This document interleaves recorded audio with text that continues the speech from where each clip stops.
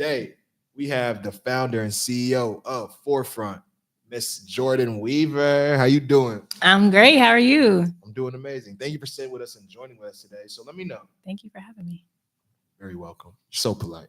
But let me know, when you first launched Forefront, what gap did you see in the influence? Or why even get there? What was the light bulb moment to make you want to launch Forefront? So Forefront originally started off as a marketplace for Black-owned brands. My passion for just uplifting and supporting Black-owned businesses is really the driver of Forefront. I had this huge vision of seeing Black brands at the forefront of the culture, hence the name. And so that's really what started Forefront. Just I wanted to see more of us, more of our people, more of the world supporting Black-owned businesses. And then once 2020 hit, there was a lot happening with the pandemic. There was a lot happening with just social injustice, police brutality, and a lot of that just drove a lot of our people to want to support and shop Black-owned brands. So I knew at that point we were working on something special, but also at that same time, there was a lot happening within the creator economy space, within just the influencer marketing space as well, where Black creators just felt like they weren't being valued, their stories weren't being told, they weren't being paid equitably. So we just thought, why don't we just merge these two spaces, the Buy Black space with the influencer marketing space, and continue to create a platform for Black brands to be at the forefront, but also for Black creators to be able to use their influence to promote and uplift Black-owned brands. Because as we know, Black people, Black creators, Black everything, the Black culture just influences everything. So that's really where Forefront was birthed. I love that. I love that. So I kind of want to address, why is it always, because I feel like even among Black people, whether you're a Black athlete, like we just saw yesterday with Shador Sanders, or you're a Black artist, one of the biggest in the world, you're kind of always somehow left out or discredited or tried. Why is it the same thing for influencers? Why are they not getting the same opportunity as the white girls dancing on TikTok? That's a great question. I think the biggest thing is just when I say they, I feel like you know who I'm talking about. Okay, they don't respect what we bring to the table. I think it's no secret what Black people do for the culture, what we do for the world, the influence that we have, exactly. And so I think they just like to undermine it, and they don't want to pay for it. It's a lot more feasible for them to, bring to their board of advisors, okay, these are these white creators that have all these followers, all this engagement. Let's just pay them thousands of dollars. These Black creators, they have it too, but they don't deserve that much. Exactly. And so I think just because they don't have enough of us in the room, it essentially just allows them to just be able to undercut and undermine just our success, our value. And so we just need more of us in the room in all spaces. Absolutely. To be able to champion and vouch for these creators, because really Black creators have a lot more engagement and influence than other creators. But again, just the racial injustices that really just cause that big gap. Absolutely. And the reason I asked that question, because the moment that just kind of sparked in my mind, I don't know if you remember, but it was a white girl. I think she got famous off doing the Renegade dance. I don't know if you remember.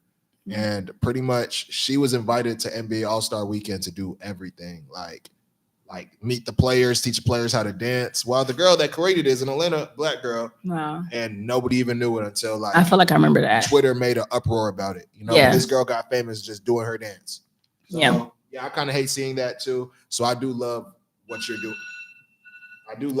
doing. Like, I really do. Thank you. So you describe yourself as a cultural innovator. What does that term mean to you in the context of tech and entrepreneurship? So from just being a little girl, I've always been an innovator. I've been very solution driven. Like, I can see a problem. I'm like, oh, what if I could do this? What if I could do that? And I think what makes me a cultural innovator is I'm able to see the things that we need within our community, things that can really help us to thrive and to be successful, and leverage technology, leverage innovation, entrepreneurship to be able to close that gap and to make sure that we provide these opportunities, resources, funding for our community. And again, that's really why I started Forefront too, because I believe that entrepreneurship and investing in our communities is the best way to close the wealth gap. And just being able to do that within technology and really provide solutions for our community that a lot of times are being overlooked. Obviously, the technology sector is very underrepresented of Black people, and with that comes an underrepresentation of solutions that we need. And so, just being able to bring my business mind as well as just innovation and just my desire to solve problems specifically for us to ultimately close the wealth gap and just create a more thriving ecosystem for our community. I love it. So I hope like this isn't a dumb question, but let's No dumb, pretend no dumb questions. no dumb question. I like you, Jordyn. So let's pretend Toby's an influencer. You know, I email you, do our thing, we get our contracts lined up. What do you do for me? So let's say Toby's an influencer and you're looking to just monetize your influence. You have thousands of followers on Instagram and you're like, okay, I want to get these brand deals. So you're able to come on Forefront, create your own creator profile, and let us know the type of brands you're interested in, but also let us know what your interests are, your hobbies, things about you, so we can really tailor your partnerships with brands that align with that. Because obviously it's a partnership. Brands are investing in you as well, so it has to be, some type of ROI. So we want to make sure that we match you with tailor brands that suit you and your audience. And so from there, we build out your profile and you're able to explore partnerships from Black-owned brands, Black and minority-owned brands that fall within that category and get paid to post their products online and to share their brand with their audience. And so, again, we just want to make it easier because with Black creators, it's not really a place for us to go and find brands that truly value us. There's a lot of other influencer platforms out there, but they are not really tailored to us or our audience. Or, you post a brand and you support a brand, and then 2 months later, they're talking down on the Black community or making these PR statements because they done said something they shouldn't have said. And so we want to just prevent that. Like, why do we keep... You stop that from happening? Yeah. Yeah, I mean, obviously it's going to happen regardless. Obviously, there's still benefits from Black creators, doing partnerships with these type of brands. Obviously, they have a huge budget, so they can, pay these creators in that way. But there's some creators who's like, I don't care how much you pay me. If you can't respect my culture, you can't respect me, my identity, I don't want to work with you. But I don't feel like creators need to go through that. You don't have to go to these brands that devalue you just for a check. There are Black-owned brands that want to work with you that also want to pay you as well. So I guess you also kind of lead the negotiation for that. Not necessarily. Right now, we kind of leave it to the brand and the creator, but we definitely are planning to incorporate some different AI and technology just to make that better. So for a creator, just being able to kind of use AI to really figure out how much you should be paying or charging for these brands and vice versa. So kind of leveraging AI in that sense, just to make things easier, making the negotiation part easier. A lot of times creators and brands are busy. They don't have time for the negotiations. They don't have time for the back and forth. Absolutely. And so we really want to leverage AI to be able to handle that from both sides. Could you maybe, maybe if you're allowed to, are you allowed to maybe talk on like some of the clients and people that have joined Forefront? Yeah, I definitely can. So one of my favorites is Black Girl Vitamins. They're a brand out of Chicago, I believe. And we started working with them when we kind of first got started, and they were looking for some creators to be part of their ambassador program or their affiliate program, I would say. And so we were able to connect them with about 20 creators just off rip from our marketplace, our database. At that time, I think we had a lookbook. So it was very early on. We were able to connect them with over 20 creators right when they launched their affiliate program. And from there, they were able to bring in over $1,000 in affiliate sales. And imagine just that being a small brand and not, still trying to figure it out, trying to just make ends meet, whatever the case is, and being able to connect with creators that bring in, enough to keep the lights on, or, to fund another order, whatever the case is. But that was very huge for a small business. And we were able to, make that success story for them. And now they're all over the media with UGC and creators, and they're just doing amazing things. And so Black Girl Vitamins is definitely one of the people I like to highlight because they do UGC right. It's not all about influencers and just posting your product and get in front of a certain audience. With UGC or user generated content, that's where brands are able to purchase content from creators and post it on their own pages. And I didn't know or they're doing that now. yeah. Just purchasing straight up the content. Yeah, so it's not necessarily to get in front of their audience, but it's like, hey, we want to make our page instead of just posting these stagnant images of just our product and catchy little phrase. People want to see videos. People want to see real people using your products. People want to hear how this product works, and so that's what UGC does. And so a lot of brands are paying for that, and they're also able to find that on Forefront as well. Work with creators for these UGC campaigns, but they do it really well. Now they're all over their internet with content and just working with creators, and I love what they're doing for just Black women in general, just to make sure that we stay on top of our vitamins. And so, yeah, shout out to them. What are some of the biggest misconceptions people still have about the creator economy, and how is Forefront helping to reframe those assumptions?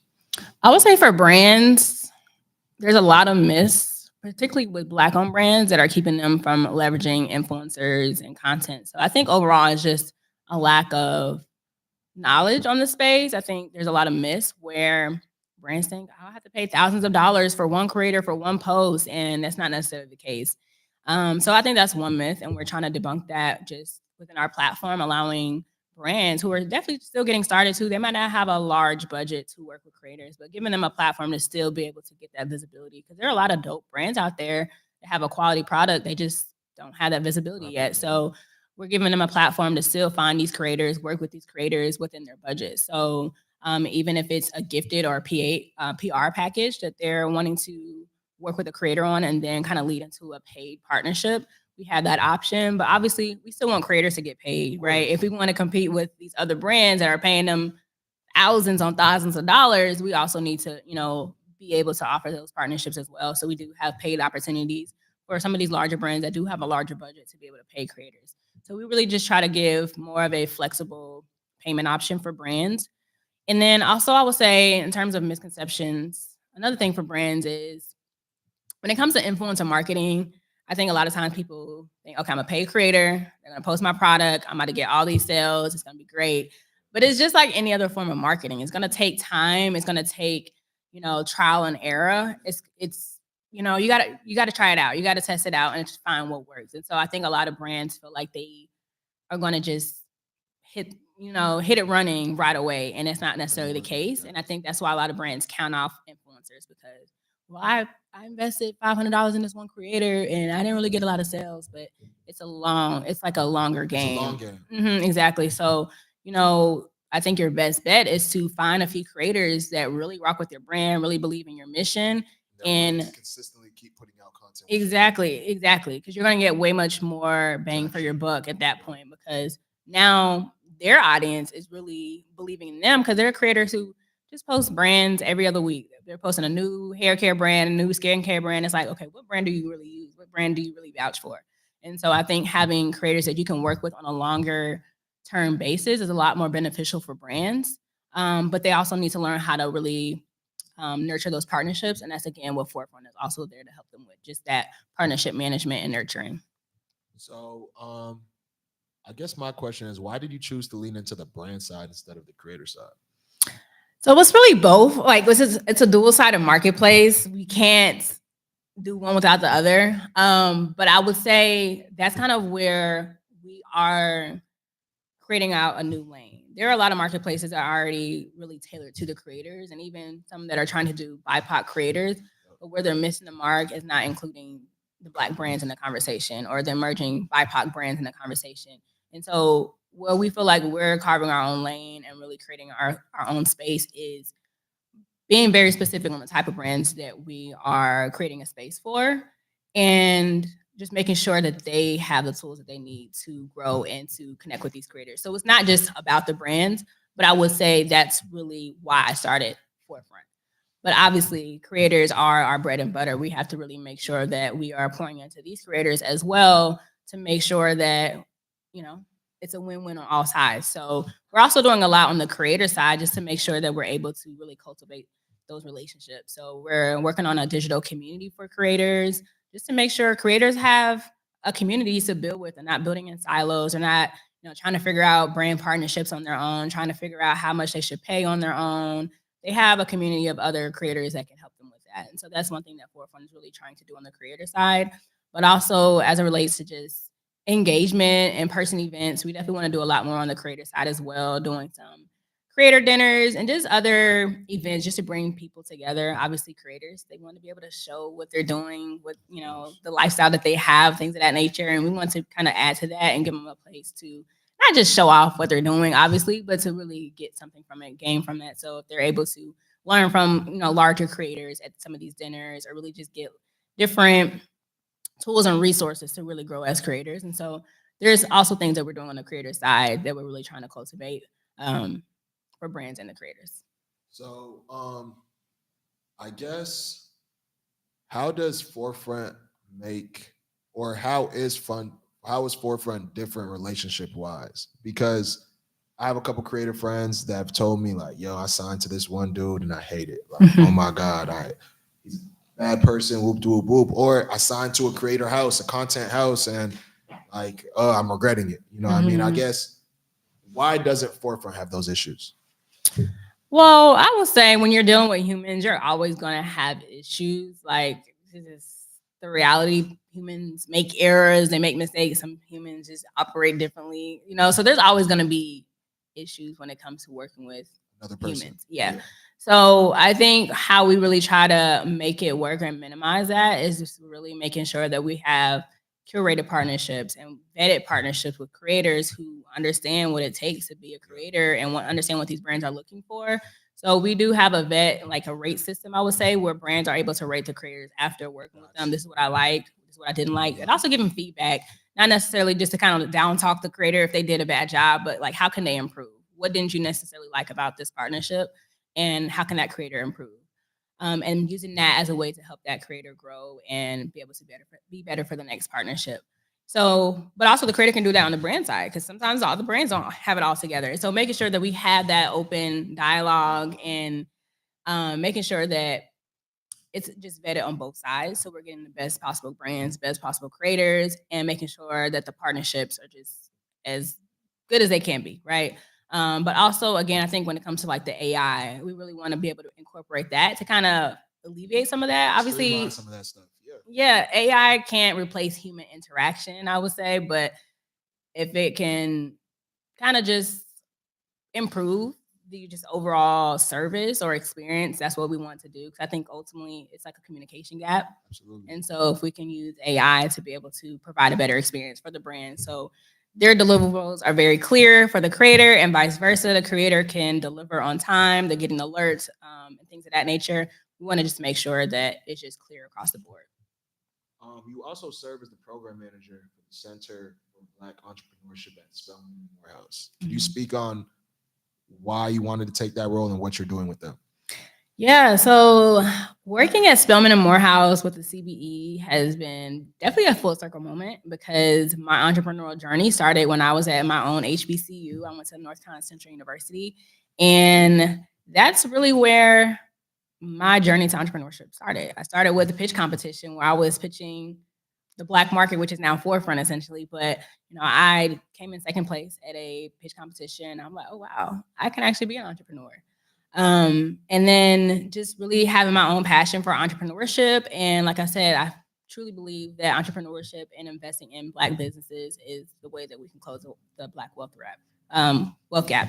So working at the CBE is definitely like a dream job, I would say, because I get to pour into students who are really doing what I was doing when I was in college. They have these amazing business ideas and they just need support and mentorship and funding to be able to, cultivate those businesses. And so within my role at the CBE as a program manager, I'm running programs to support these students within their ventures. And so we have a entrepreneur scholars program where we get to literally fund the education of a lot of these scholars who have entrepreneurial goals and endeavors that they want to pursue.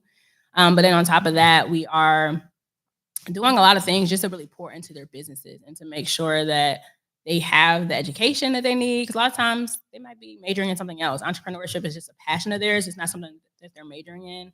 So we want to make sure that we give them the opportunity to get get that business knowledge, get mentorship. And then most recently, we just had a new venture competition where we gave away over $65,000 to over 16 students who have amazing businesses across the creative sector, consumer, technology, and even social impact. And so, just seeing a lot of that work be done within the CBE and having a hand in that is definitely fulfilling because I know that's what I had when I was in college, and this is something that is so needed, especially these days where funding for Black businesses, support for DEI. HBCUs, DEI, all that kind of stuff is going away. If we can really continue to pour into the next generation of Black entrepreneurs, especially at Spelman and Morehouse, like two of the top HBCUs in the country. I know that the U.S. is in good hands. The Black community is in great hands, and so again, I'm happy to have a part in that. I love to hear that. I love to hear that. I guess my last question for you would be: in 5 years, what does success look for you in Forefront? In 5 years, again, our biggest mission is to really bring more Black brands to the forefront, and what that means is helping more of these brands become household names. Um, Brands like the topicals and the Black Girl sunscreens. These are brands that I love. How can we create more of those brands that are in some of these retail stores and they're recognized globally, right?